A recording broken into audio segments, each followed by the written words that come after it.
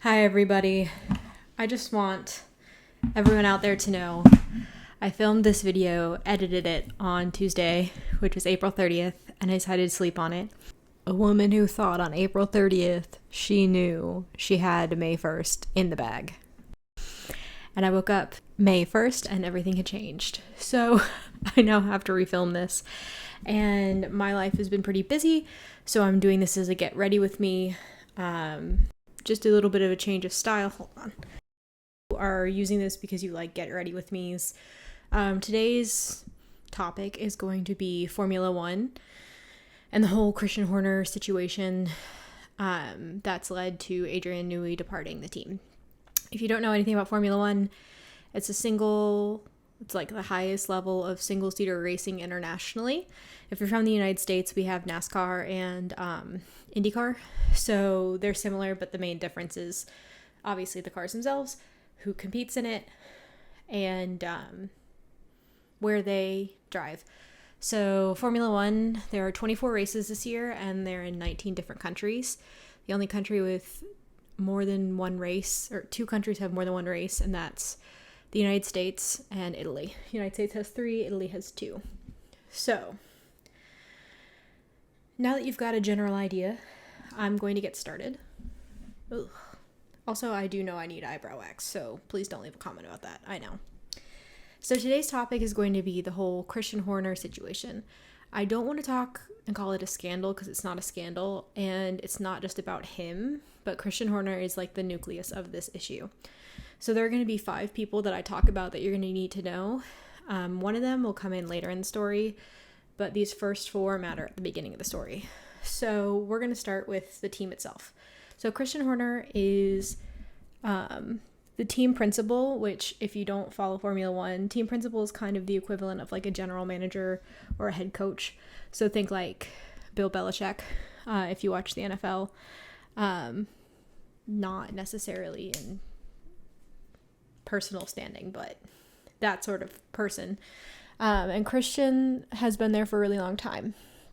So we're going to go back to 2004 because that's really where all of this starts. So in 2004 in Formula One, the Jaguar Formula One team, so Jaguar like the car, put themselves up for sale, which happens not like frequently in Formula One, but it does happen.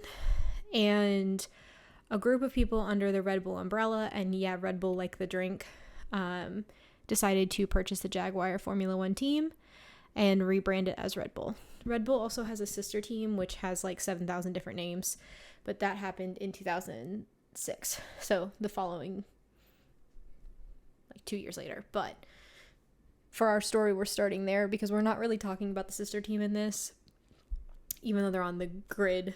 And the grid is like the league in Formula One, and there are 10 teams on the grid, which is like the smallest it's ever been in modern history, so the past 30 years. And Red Bull is the only team with effectively 2 teams on the grid, Red Bull and V-Carb, aka Team Daniel and Yuki. But the 2 of them aren't relevant in this current situation. Well, they're kind of relevant. Anyway, back to 2004. So here's where we're going to introduce 3 of the 5. So the Red Bull conglomerate that ended up purchasing Jaguar was headed up by a man named Oliver. Oliver is his son. His actual name is Dieterich, but I was pretty distracted, so sorry about that. Maastricht. German is not my strong suit. And he's actually Austrian, but that's a Germanic-based last name. And his best friend came with him, and his best friend's name is Helmut Marko. He's a doctor. I recently found out he's a doctor of law, but that he got that in the 60s, and it has absolutely no bearing on what's going on right now.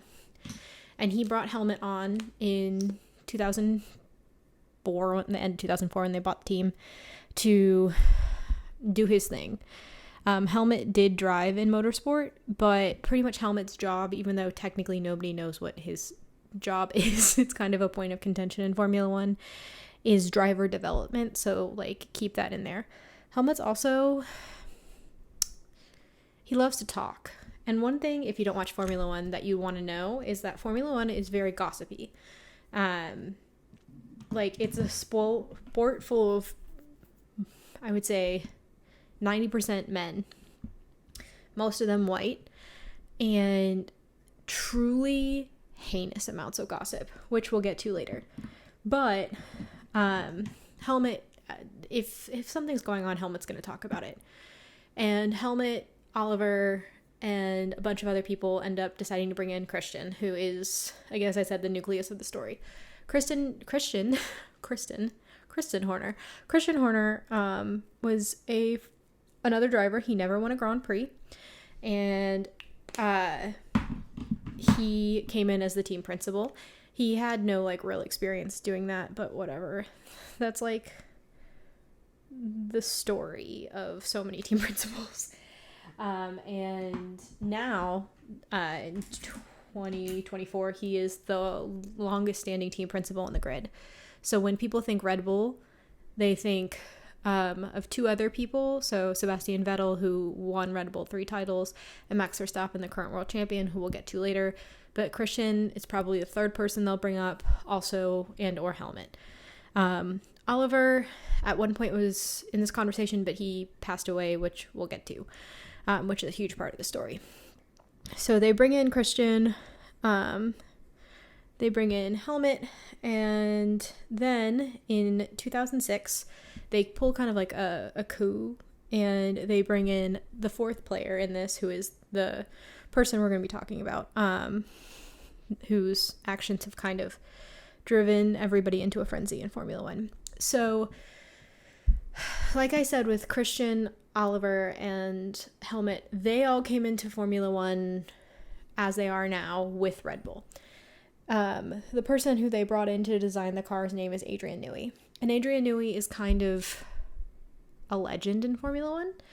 So, like, if you have, like, let's say basketball. You have a basketball team, but instead of, like, everybody using regulation basketball, everybody using the same basketball, every basketball is different, and every team uses a specific basketball. And that's kind of how the cars are. And Adrian started in Formula One in the 80s. He produced winning cars for Williams, which is still on the grid, and then McLaren, which is still on the grid. And then he moved to Red Bull in 2006, and he's been there ever since. People have tried to get Adrian to leave, like, so many times. And at one point, he was really bored, and he started being like, I need something else to do.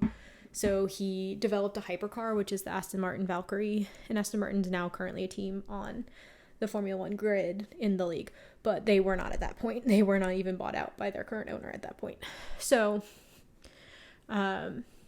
pretty much what ends up happening is he comes on and he just starts designing these cars, and so they kind of plug along. Adrian gets very close with Christian, and here's where things start to get a little crazy. So 2006 is kind of, it's a different landscape than how Formula One is now. So in 2006, it was a good old boys club. At that point, Lewis Hamilton, who was the first black driver to drive for Formula One, was not on the grid yet. He was in lower, like the feeder series. Like, it was a wealthy white man sport, and they had some exclusions to that. Like, there have been Asian men before there was black men, but like pretty much very exclusive-y boys club. And after Newey came in and they started winning, Christian tried to clean up his image, especially after, I wouldn't call it a scandal, but what ended up happening, as I was saying, what ended up happening is Christian's wife had a child, and then Christian left his wife a month after giving birth for Jerry Halliwell, which most people know as Ginger Spice from the Spice Girls. And Jerry rehabilitated his image, and in doing so, she didn't make Red Bull look less crazy, but because Christian, it ended up making him, he just physically looked better, and like, even though we all hate that sort of stuff matters, it does. So Christian's kind of known to be messy is the point I'm getting across here. But all of that kind of went under, I wouldn't say the radar, but like Formula One was definitely not as predominant in the United States at that point. This was not even like right about 10 years after Dale died. And the re-regulations of NASCAR, but people are still paying attention to NASCAR and IndyCar. They were not really paying attention to Formula One. That didn't happen until later in the 2010s. Actually, let me just use this sponge, whatever. So slowly but surely, not really slowly but surely, because teams normally don't develop that quickly. By 2010, Red Bull was winning the two competitions. So Formula One has two competitions, the World Drivers Championship and the World Constructors Championship. So the drivers that drive for the team and then the people who make the car. And Red Bull was doing really well. Christian rehabilitated his image, kind of. And then we get to about 2013. And everybody's doing great, blah, blah, blah. And then Helmut starts to develop this young driver. He has a father who drove in Formula One very aggressively. Not a great person, but he's pretty much decided that his son is going to be a Formula One driver by any means necessary. And that man's name is Jos Verstappen, who is not a very good person. And his treatment of his son Max is definitely something to be scrutinized. And that young boy's name is Max, and Max is the current world champion. He's technically won 3, he's fairly won 2. And so Helmut starts to develop Max and put them into Red Bull Academy, or him into Red Bull Academy. Joss didn't go into Red Bull Academy. Put him into Red Bull Academy in order to develop him to do that. Most teams, not all of them, I would say right now, 4 drivers have been in programs to develop them to get there. And Red Bull's pretty like insular, so like once you're in it, it's very rare that you end up out of it. So Max ends up going in and develops pretty well.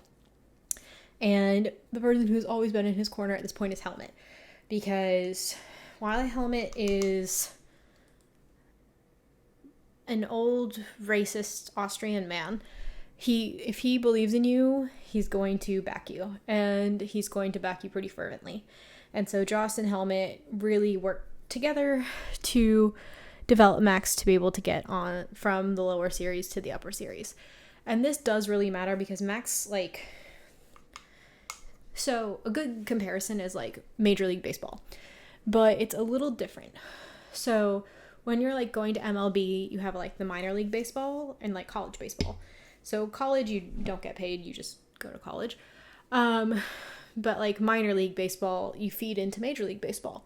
So the lower Formula Series, you don't get paid until you get into Formula One. But that's kind of how you feed into it. However, Max controversially made it to Formula One without winning a lower feeder series. And by feeder series, I mean a lower formula. I'm not discussing karting. He did not win Formula 3. And it was still GP2 and like a bunch of different transitional feeder series. So he didn't win a formula. He went from karting to Formula 1. Like the year Max was promoted, the winner of the feeder series was a man named Esteban Ocon, who's currently on the grid. But unlike Helmut, Christian kind of talks out of all sides of his mouth. Like the only person Christian truly cares about is himself, and he cares about winning. So Helmut has always been in Max's corner. Eventually, Christian starts getting on the Max train, and Max gets promoted to Toro Rosso, which is now called V-Carb. And if I struggle with it, or any Formula One fans struggle with it, just know this team goes through like 12,000 name changes, and most people refer to it as Toro Rosso if they're older fans, or AlphaTauri if they're newer fans, or however I feel like calling it that day if you're me. So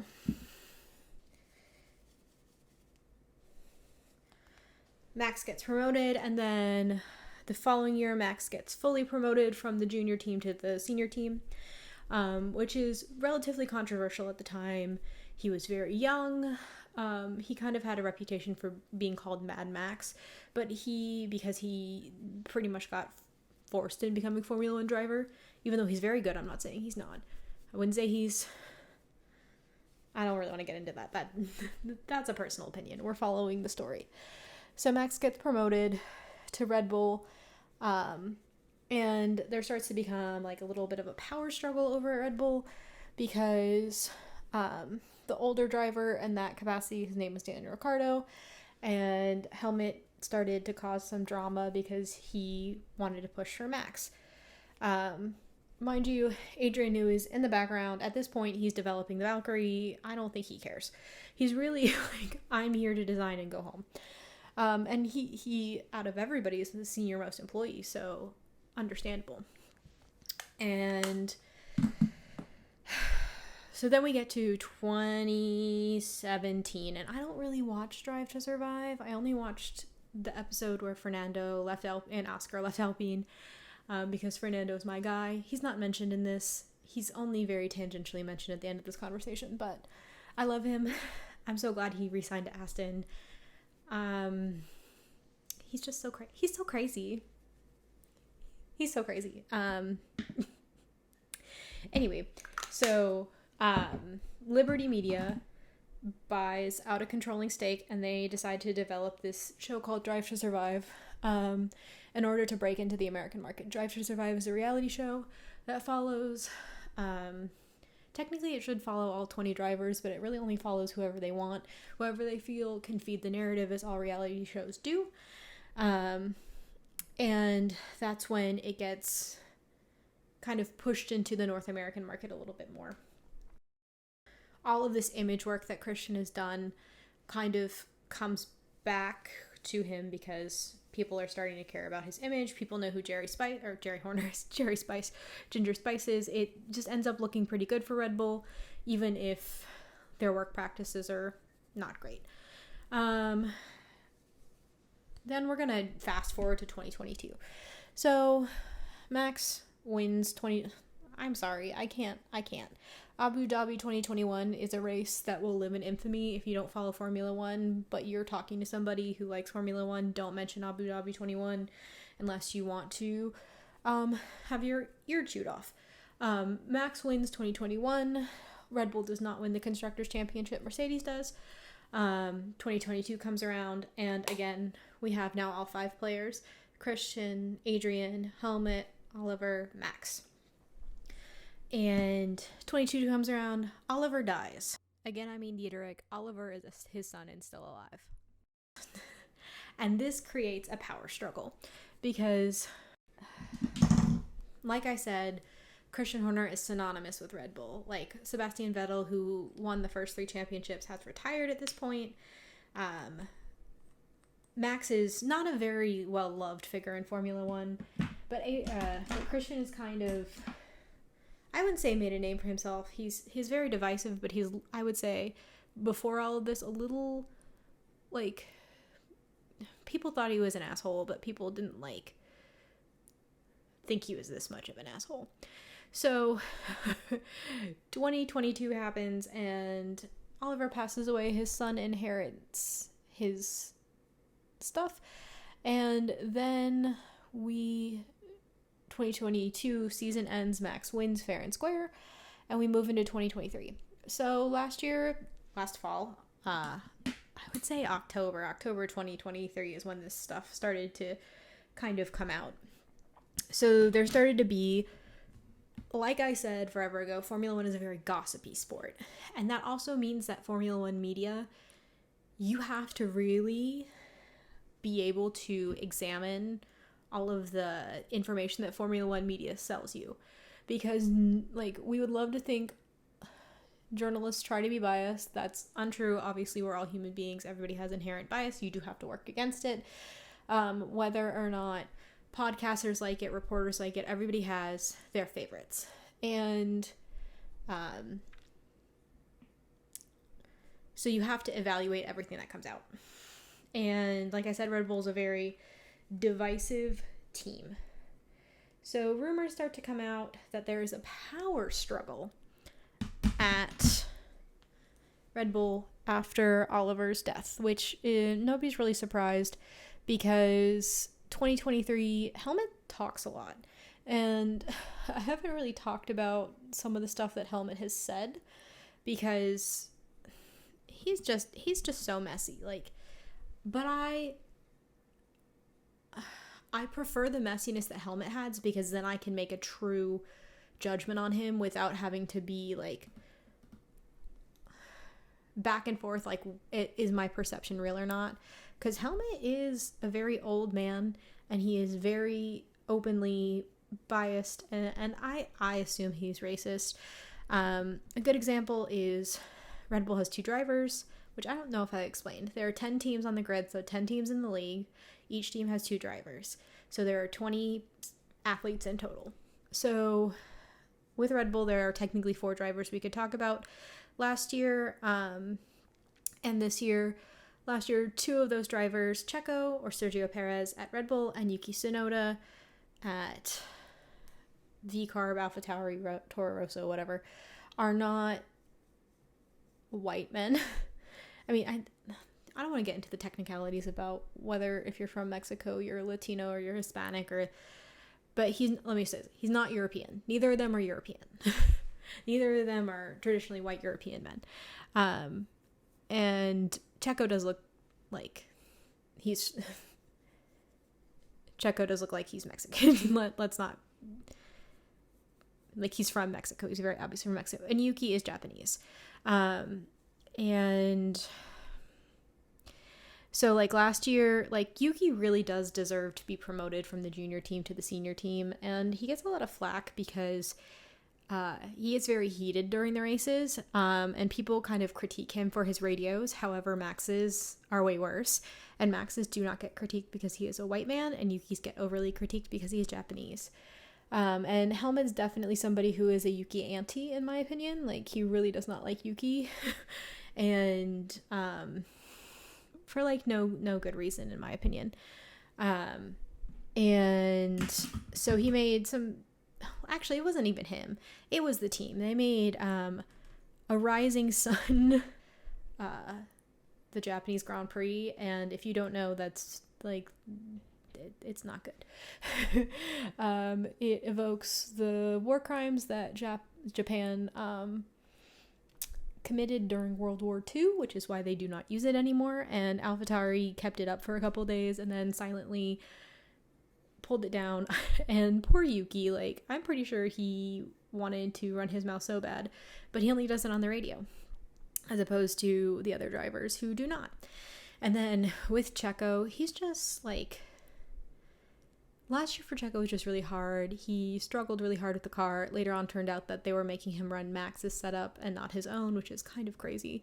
Like, imagine your coworkers doing well, so they said you have to change your keyboard, your monitor, everything to like the way they do it. You have to change what pen you use. You have to change what color ink you use. Like, no wonder he struggled so bad. But Helmut like made this comment that, South American drivers, blah, blah, blah, blah. Like I said, Checo is from Mexico. Mexico is in North America.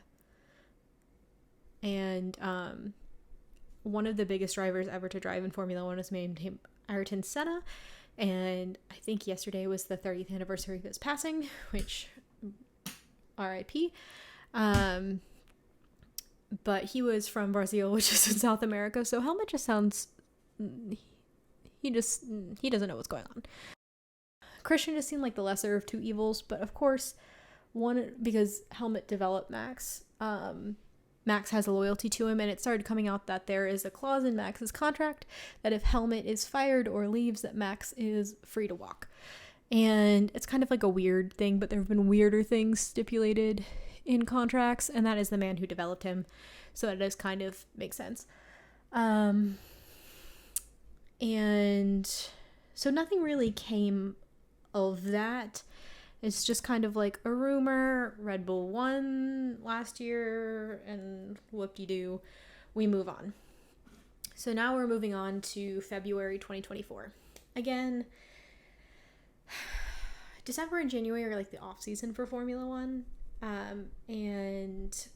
Everybody was just kind of enjoying the off season. February 1st, 2024, a day that will live in infamy in Formula One, it leaks. It does not come easily. It leaks that Lewis Hamilton from Mercedes, who's won like Mercedes a bunch of titles, will be leaving. This will be his last year at Mercedes, and he's going to Ferrari, and that is like a huge deal. And so it kind of shocked every single fan of Formula One, even if you're a casual fan. Like, people were texting me about it. Like, people who don't watch Formula One were like, what does this mean for the sport? I'm like, oh my gosh. I'm still kind of shocked. It's been 3 months and I'm still kind of shocked. But not necessarily shocked about why Lewis left. I'm more shocked about Toto's behavior, and we're not going to get into that. Toto is such a flop. I just want y'all to know that. Like, flop king, flop city. And so right around that time, again, first week or so in February, Formula One has preseason testing, which was scheduled for the second to last weekend in February, followed by the first Grand Prix, which is like the first week of March, so the first race. Things start to get weird. And something you have to know about Red Bull is, I don't know about this, they have a problem with Lewis.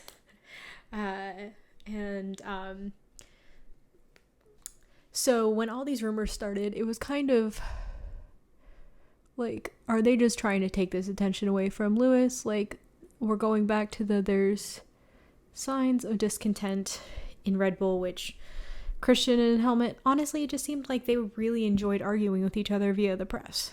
And then I think the second week, I want to say like February 10th or 11th,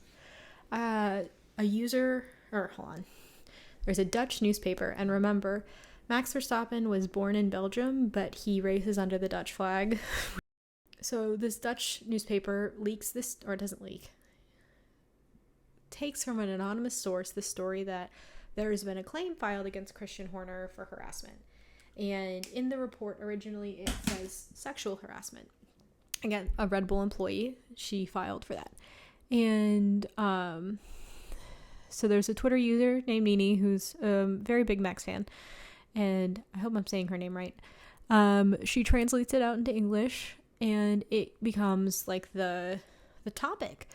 Like, is this a ploy to get attention away from Hamilton? Is this actually happening?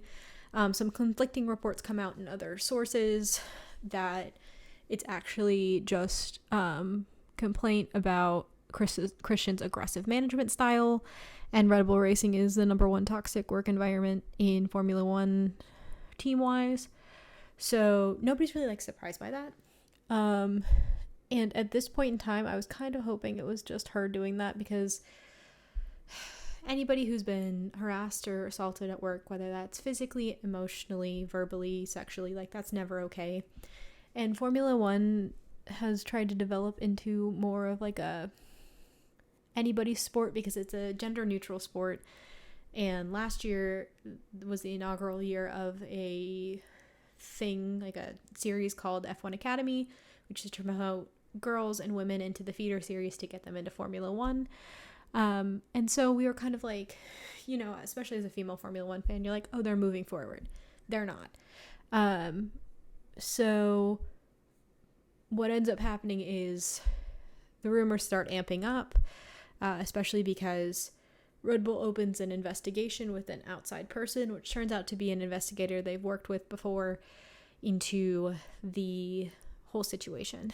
And this is where things start to get a little dicey, because we're about to be in the beginning of the season. Is Horner going to be there? Blah, blah, blah, blah, blah.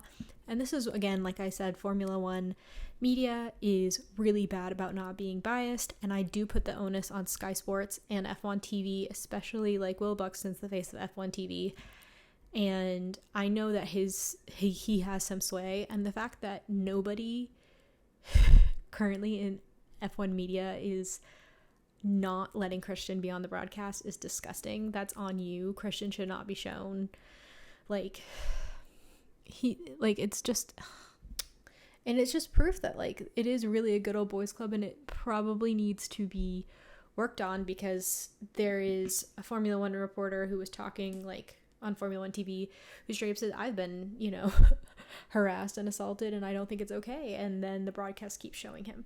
And I know he's a team principal, but there are like 700 other people who work at Red Bull. So I would rather see Helmut, because at least I know he's a piece of crap directly from him. So we get to preseason testing in Bahrain. There starts to be a conversation, and then it comes out that Red Bull has dismissed the complaint against Christian. So they did not absolve him of any wrongdoing. They didn't do anything. They just dismissed the complaint of the employee. And by this point, there starts to be a lot of, I wouldn't say gossip or rumors, but there starts to be a lot of things swirling around that there is a Google Drive full of evidence. And people who like Red Bull are like, oh, that doesn't exist. People who don't like Red Bull are kind of like, that makes sense, because if she's filing this, she needs to have some proof. At this point, I'm like kind of frustrated, because you do want the media to be honest as possible with you, and all of this not being transparent is kind of crazy. Though I don't think Zach Brown, who is the CEO of McLaren, is a perfect person. He said it the best, which is every person who's in a position of visibility in Formula One is a representative of the sport. And without transparency or clarity, this reflects really poorly on the sport. And the onus is on Red Bull to figure it out. So we've now moved into Christian is still around. His wife, who is a Spice Girl who people know, who he cheated with on his other wife, is trotted out. And we're all kind of like, ooh, you know, like, she does not look happy. I would not be happy either. But it just starts to look really, really, really, really bad. And then the Google Drive leaks. Admittedly, I've only, like, when this first came out, I was like, I'm not going to read this. Like, this is a huge invasion of privacy, because this has taken this person's complaint and weaponized it and made her possibility to get some, like, peace of mind or respect or whatever from her job impossible, because it becomes a part of a larger thing and no longer justice for her, really. And again, this gets leaked to the press. It also gets leaked to big Formula One officials and Max and pretty much everybody involved. There's this other guy who we haven't talked about, named, I'm just going to call him MBS because he's full of BS. And he like goes to drivers and is like, can you speak highly of Christian? And that's a whole other thing. That's a total mess. And that comes out in the media too. So people are evaluating this. Red Bull's getting called on. And this was like March. It came out right after China, so last week, where everybody in Formula One is pretending everything is okay. The fans, not so much, but Formula One media, Liberty, everybody is pretty much just acting like nothing's wrong. Christian didn't do anything, like he's innocent until proven guilty. But so many people have seen this Google Drive, and I read bits and pieces of it in separate articles. I think I read one on GMA, blah, blah, blah. But the situation's kind of died down because, oh, I forgot to say. So Helmut was yapping, running his mouth when all of this is happening.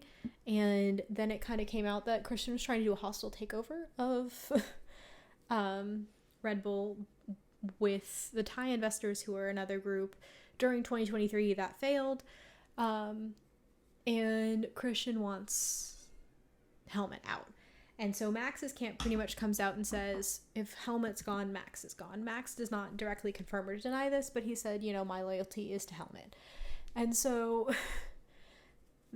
they kind of gag order Helmut, and unlike Donald Trump, he agrees to it, but him saying, I can't talk about it, is kind of him saying, like, what you've heard, the rumors are true.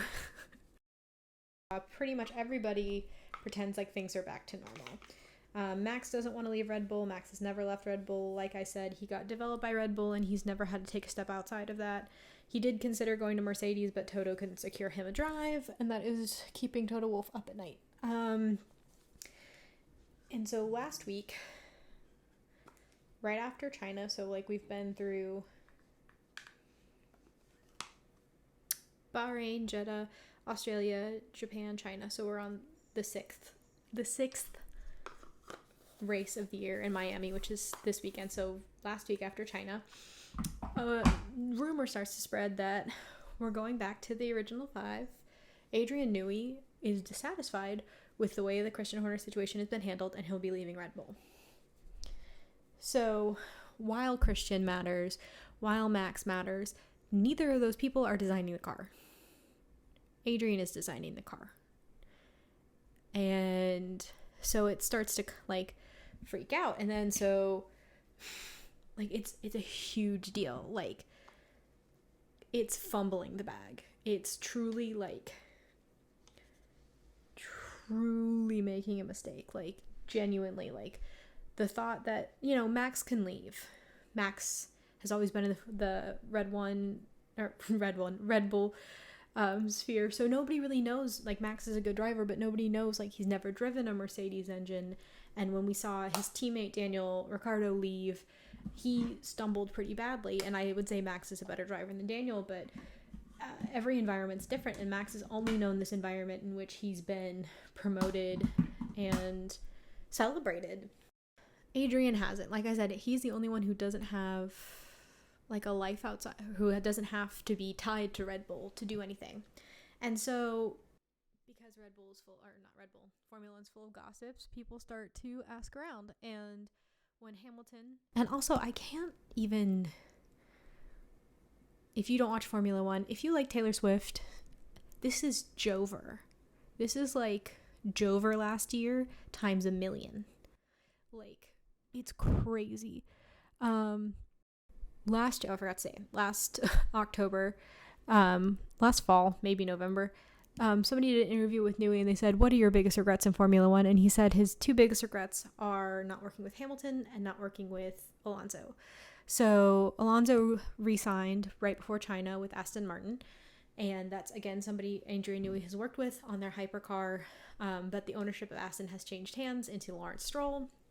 And Newey did comment that he didn't really like Lawrence Stroll, and definitely he's not everybody's cup of tea, but if you've been working with Christian Horner, I mean, definitely not as bad as Horner or anybody at Red Bull, in my opinion. But Hamilton leaving for Ferrari, him saying that he wanted to work with Hamilton, and then Hamilton leaving for Ferrari, it's just a very tempting offer. But up until Tuesday, it was all rumors, and Red Bull, just like Mercedes had done earlier in the year, released a statement saying, we don't know anything about it, like, he hasn't contacted us, blah, blah, blah. And so on Tuesday, we were all like, oh, okay, so, like, after Miami, we're going to figure out what's going on. And then I wake up yesterday morning, and Adrian Newey has effectively retired from Red Bull Racing. What that means is there's this thing called gardening leave, which is like where you have to serve out like an NDA where you can't take your intellectual property anywhere else or like ruin somebody else's sport. And so with gardening leave, with how long he's been there, they would be like, oh, you'd probably have to take like a year or so. So his lawyers got involved, and pretty much what ends up happening is that he will no longer be working for the Formula One department. He's going to work on the development of the hypercar, and then next year he can do what he wants. I am struggling curling this eyelash. Like, oh, this is crazy. But the thing is, we go back to Horner. Because why has Horner not been fired? If the person who has developed the cars the best says, I am leaving because this man is still employed, why not fire him? Oh, I also didn't say that Oliver's son, or Dieterich, his name's Dieterich, Oliver is his son. I'm sorry, I've been calling this man the wrong name the whole entire time. Oliver tried to fire Christian, and Christian said no. So what does Christian Horner have on Red Bull that makes him unfireable? And also, why would they let him walk? Because part of that is if Nui is walking, if where he's going, and then if Helmut and Christian keep arguing and say Helmut leaves, because now it's discussing Max. So if you lose Nui and you lose Max, what are you going to do? Because why is this man still employed? Like, the employees you'll have left are Christian and Checo. And that does not necessarily bode well. So yeah, this has pretty much been crazy. I feel like my first video was a lot better because I wasn't as excited about, I wasn't as excited about Nui leaving. And then the big question is, where is Nui going to go? First of all, this man is like 60 something years old. He could retire. For all we know, he'll give the hypercar one last kick and he'll leave. He, again, has also said he wanted to work with Alonso and he wanted to work with Hamilton. So the big difference there is that Aston Martin is out of the United Kingdom and Ferrari is out of Italy. However, Ferrari has recently revamped how they did things, and their new CEO John Elkann and their new team principal Fred Vasseur they managed such a feat, signing Lewis, and there have been rumors that Fred went to the UK to talk to Adrian about leaving. And since Adrian isn't a fan of Lawrence Stroll, if he's going anywhere, the real rumor is he'd be going to Ferrari. And Ferrari right now in the Formula One Championship is the closest to Red Bull. So really the question is, what does Christian Horner have on Red Bull? And will Red Bull fire him in order to keep Max? Or, I honestly, and I have to say, there are 10 teams on the grid, like I said. Max leaves Red Bull, that eliminates 10 teams. Eliminates Red Bull and VCarb as his options. McLaren has a full driver roster, and their drivers are as good as Max, in my opinion. Some of that is the car. Some of it really is the car. I wouldn't fumble Oscar. And Lando is I don't want to get into Lando, but people say Lance is a Nepo baby. Lando is also a Nepo baby because his dad has invested money in McLaren, but Zach Brown absolutely loves McLaren. Or Zach Brown absolutely loves Lando. He doesn't correct Lando. He lets Lando do whatever he wants. That man is not going anywhere, and Oscar Piastri is a very highly sought commodity. Then we go to Aston Martin. First of all, Lance Stroll's at Aston Martin until he decides to leave. And Fernando Alonso's just resigned. They loved that man there. They love both of those men. There's not a seat there for Max. And for a lot of reasons. Haas can't afford him. Williams can't afford him. Ferrari has a full driver roster as well. And those two drivers are really strong next year with Hamilton and Leclerc. So really his options would be Sauber, which has one seat left because they just signed Hülkenberg. Mercedes, which has one driver signed, which is George Russell. I wouldn't put George Russell and Max Verstappen, his teammates. That's asking for trouble. And then Alpine. There's no way on God's green earth he's going to Alpine. Alpine is failing. Alpine looks like they need to be in the Formula 2 championship. I feel very sorry for Pierre and Esteban. I do think, though, Alpine would have enough money for him. They just don't have the car, and Max is not going to go anywhere. He doesn't have a good drive. So realistically, his only option would be Mercedes. And Toto Wolff just fumbled Lewis, and his dream has always been to have Max. So there's a lot of up in the air stuff, but mostly the question is, why is Red Bull Racing defending Christian Horner? I am ready to go get on this work call. Thank you so much for joining me. I don't think I'm going to be doing this style again. If you watch this as a Get Ready With Me, I thank you for dealing with my rambling about Formula One. I kind of feel like a true crime podcaster, girly. If you are a Formula One fan or one of my friends watching this, thank you for listening to probably the most discombobulated video essay on the planet. I will be back. I tried to edit this original video to get it up before I could get my rejigging of the tracks and my introduction to the Sky Sports broadcast done. But work's kind of been kicking my ass. So subscribe if you'd like. If not, no big deal. I'll talk to you soon and have a wonderful rest of your day. Bye.